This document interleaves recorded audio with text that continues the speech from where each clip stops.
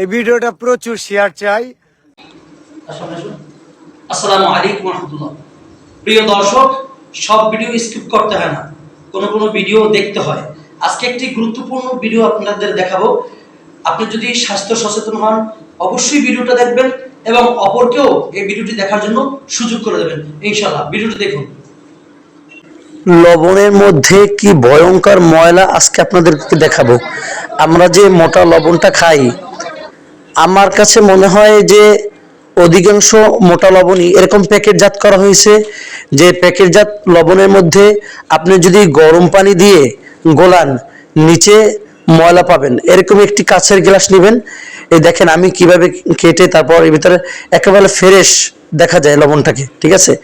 এরপর আমি ফ্লাস্কের গরম পানি দিয়ে, ফ্রেশ পানি আমাদের এটা, ফ্লাস্কের গরম পানি দিয়ে আমি ভালোভাবে নাড়িয়ে নিলাম। আমি নাড়াইতেছি, এই যে দেখা যায়, আপনি লক্ষ্য করবেন এই পানিটা আমি যখন ছেঁকে ফেলে দেব, নিচে দেখেন বড় একটা মানে পাথরের মতন কালো একটা দানার মতন দেখা যায়, দেখছেন। এটা কিন্তু ভিতরেই ছিল, এটা কিন্তু এমনি স্বাভাবিকভাবে দেখা যায় না। হ্যাঁ, এই পানিটা আমি আস্তে একটা মগের ভিতরে ঢাইলে দিলাম। ঢাইলে দেওয়ার পর দেখা যায় এই নিচে কি পরিমাণ ময়লা জমেছে। এইটা কিন্তু লবণের ভিতরে সামান্য অল্প লবণের মধ্যে কিন্তু এই ময়লাটা থাকে।